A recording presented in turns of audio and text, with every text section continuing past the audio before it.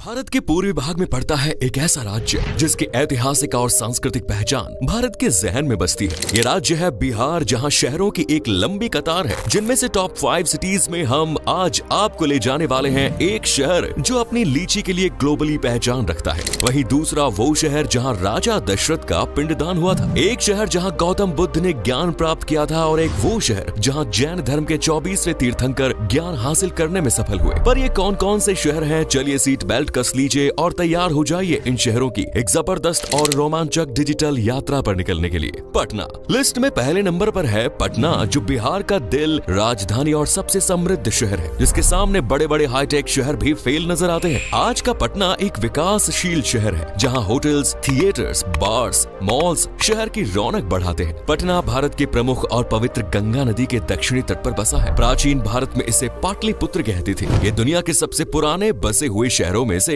एक है, और कवि कालिदास, चाणक्य, आर्यभट्ट, पाणिनि और वत्स्यायन जैसे धुरंधरों की कर्म और जन्मभूमि भी रही। पटना सिख धर्म से जुड़े लोगों के लिए बेहद पवित्र है, क्योंकि यहाँ सिखों के 10वें और अंतिम गुरु गोविंद सिंह जी का जन्म हुआ। आज यहाँ तख्त श्री हरमिंदर जी पटना साहिब भी बना हुआ है, जो कि एक पवित्र स्थल है। मौर्य, गुप्त, पाल जैसे साम्राज्यों का यहाँ राजपाट रहा। माना जाता है कि पुटराका राजा ने इस शहर को अपनी पत्नी पटाली के लिए जादू से बनाया था, वो भी तब जब रानी ने एक पुत्र को जन्म दिया। इसीलिए कहते हैं कि शहर का नाम पटाली प्लस पुत्र पर पाटलिपुत्र पड़ा। माना जाता है कि प्राचीन काल में पटना ज्ञान और बुद्धि का स्रोत होता था, और वर्तमान में भी कुछ ऐसा ही है। 26,90,000 से ज्यादा लोगों को आशियाना देने वाले इस शहर में दुनिया के सबसे लंबे सड़क पुलों में से एक महात्मा गांधी सेतु बना है, जो 5,750 मीटर लंबा है। इस शहर की गलियों में आपको लिट्टी चोखा की अनूठी महक सूंघने को मिलेगी। देसी घी में लिपटी बाटी खाने में जितना स्वाद देती है, उतना ही हेल्थ को फायदा भी पहुंचाती है। देसी ही नहीं, विदेशी पर्यटक भी लिट्टी चोखा, दाल बाटी चूरमा जैसी डिशेस को खूब पसंद करते हैं। साथ ही पसंद करते हैं यहाँ के खुशमिजाज डेस्टिनेशंस, जैसे कि गोलघर, जो कि एक ऐतिहासिक स्थल है और 1786 में अनाज का भंडार होता था, लेकिन आज ये एक टूरिस्ट डेस्टिनेशन का रोल प्ले कर रहा है। कुम्हरार पार्क, महावीर मंदिर, गांधी म्यूजियम, बिहार म्यूजियम और महात्मा गांधी की याद में बना बापू टावर भी कमाल की जगह है। नेक्स्ट इज गया।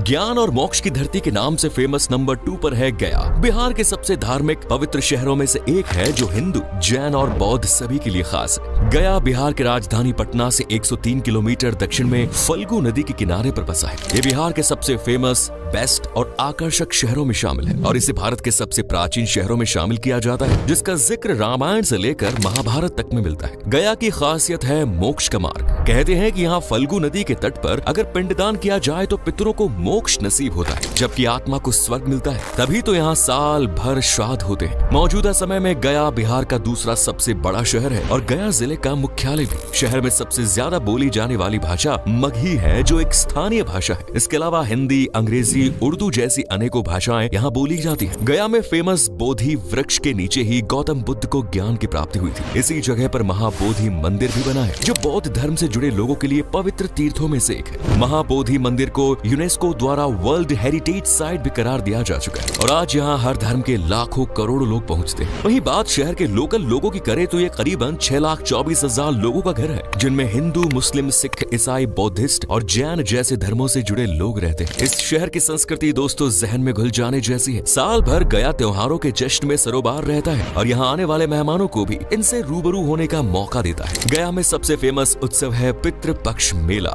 जो 1 हफ्ते तक चलता है। हर साल सितंबर के महीने में विष्णुपद मंदिर में इस मेले का आयोजन किया जाता है, और भारत भर से इसमें लाखों हिंदू हिस्सा लेने के लिए पहुँचते हैं। इस मंदिर में पितृपक्ष मेले का आयोजन होने की सबसे बड़ी वजह है कि गौतम बुद्ध ने भी इसी मंदिर के पास पिंडदान किया था। इसके अलावा गया में भगवान बौद्ध की जयंती भी धूमधाम से बनाई जाती है। यहाँ की गलियों में त्योहारों के अलावा स्वाद की महक भी दूर दूर तक उड़ती है। यहाँ के पारंपरिक भोजन में सत्तू, लिट्टी चोखा, बैंगन भरता, पिठा, दाल बड़ी और सत्तू की रोटी जैसी कमाल की चीजें शामिल है। यकीन मानिए दोस्तों, यहाँ का खाना इतना जायकेदार होता है कि उंगलियां आप चाटते ही रह जाएंगे। गया को बेस्ट एंड बेस्ट शहर का जो खिताब दिया गया है, उसकी एक वजह यहाँ के पवित्र और धार्मिक डेस्टिनेशंस भी हैं, जिनमें विष्णुपद मंदिर, महाबोधि मंदिर, मंगला गौरी मंदिर और बराबर गुफाएं भी शामिल है। इसलिए गया जाने का मौका मिले तो उसे हाथ से जाने मत दीजिएगा, वरना बहुत अफसोस हो सकता है। Next is Bhagalpur. बिहार का तीसरा सबसे अनोखा शहर है भागलपुर, जो जिंदा दिल, खुशमिजाज और मेहमान नवाज लोगों से भरा है। इसे राज्य के प्रमुख शिक्षा और सांस्कृतिक सांस्कृतिक केंद्र के रूप में देखा जाता है और बीते लंबे समय से भागलपुर अपने सिल्क के व्यापार के लिए खूब फेमस रहा। यहाँ तसर सिल्क का प्रोडक्शन बड़ी संख्या में किया जाता है और ज्यादातर घरों की रोजी रोटी का साधन भी यही है। साधन से याद आया, तभी तो भागलपुर को सिल्क सिटी भी कहा जाता है। गंगा नदी के तट पर बसे इस शहर में हर साल करोड़ों लोग घूमने के लिए आते हैं। भागलपुर में एक गाँव पड़ता है अंतीचक। ये वही गाँव है जहाँ भारत के नामी ग्रामी और बड़ी बड़ी हस्तियों को ज्ञान के सागर में डुबकी लगाने वाले विक्रमशिला यूनिवर्सिटी हुआ करती है। आज भी ये शहर युवाओं को बड़ी संख्या में ज्ञान से रूबरू करवा रहा है। वैसे दोस्तों, भागलपुर के नाम को समझे तो ये भगदत्तपुरम से निकला है, जिसका मतलब होता है सौभाग्य का शहर। यानी ये शहर दुनिया के सबसे लकीएस्ट लोगों का घर है, जो गंगा बेसिन में समुद्र तट से सिर्फ 141 फीट की ऊंचाई पर स्थित है और लगभग 218.3 वर्ग किलोमीटर के क्षेत्रफल में फैला हुआ है। इस शहर की सबसे बेस्ट चीज पता है क्या है? भागलपुर साड़ियाँ, जिन पर महिलाओं का दिल ऐसे आता है कि बैग में जब तक 2-4 साड़ियाँ ना चली जाएं, उन्हें सब्र नहीं होता।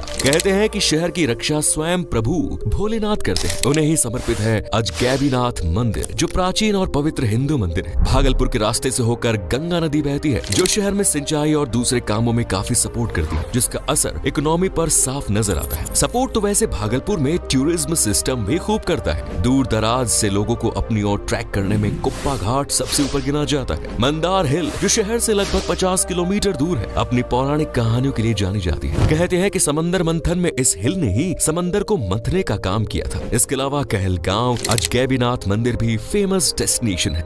Next is Muzaffarpur. अब बारी आती है नंबर 4 यानी मुजफ्फरपुर की, जहाँ की संस्कृति, एकता और कमाल की सुंदरता किसी को भी अपना मुरीद बना सकती है। मुजफ्फरपुर बिहार का एक महत्वपूर्ण जिला है और उसी जिले में बसा एक शहर है जो राज्य के उत्तरी भाग में स्थित है और इसे स्वीट सिटी भी कहते हैं, जिसकी वजह है मुजफ्फरपुर की वर्ल्ड फेमस लीची, जिसकी मिठास सिर्फ आम आदमी ही नहीं बल्कि देश के राष्ट्रपति से लेकर प्रधानमंत्री और तमाम बड़ी हस्तियां भी लेती है। दरअसल शहर में उर्वर भूमि बहुत ज्यादा है, जिस पर मीठे मीठे फलों की खेती बढ़िया होती है, खासकर लीची की। इसलिए आप चाहे तो इसे लीची सिटी भी कह सकते हैं। इकोनॉमी में मुजफ्फरपुर का साथ सबसे ज्यादा कृषि सेक्टर निभाता है। धान, गेहूं, दाल, फल, सब्जियां यहाँ की मुख्य फसलें। शहर की भाषा है हिंदी और बज्जिका, जिसे पश्चिमी मैथिली भी कहते हैं। हालांकि इसे समझना हमारे और आपके लिए थोड़ा मुश्किल है। मुजफ्फरपुर को 2017 में स्मार्ट सिटी मिशन के लिए भी चुना गया है और वर्तमान समय में यहाँ कई हाईटेक प्रोजेक्ट्स भी चल रहे हैं। शहर में देखने के लिए सबसे बेस्ट जगह अगर कोई है तो वो है लीची के बाग, क्योंकि शायद ही आपको भारत के किसी दूसरे हिस्से में इतने लीची के बाग मिले। इसके अलावा जुब्बा साहनी पार्क, रामचंद्र शाही म्यूजियम और कई फेमस मंदिर भी हैं, जहां भगवान का आशीर्वाद लेने के बाद आप अपनी मनोरम यात्रा की शुरुआत कर सकते हैं। Next is Darbhanga.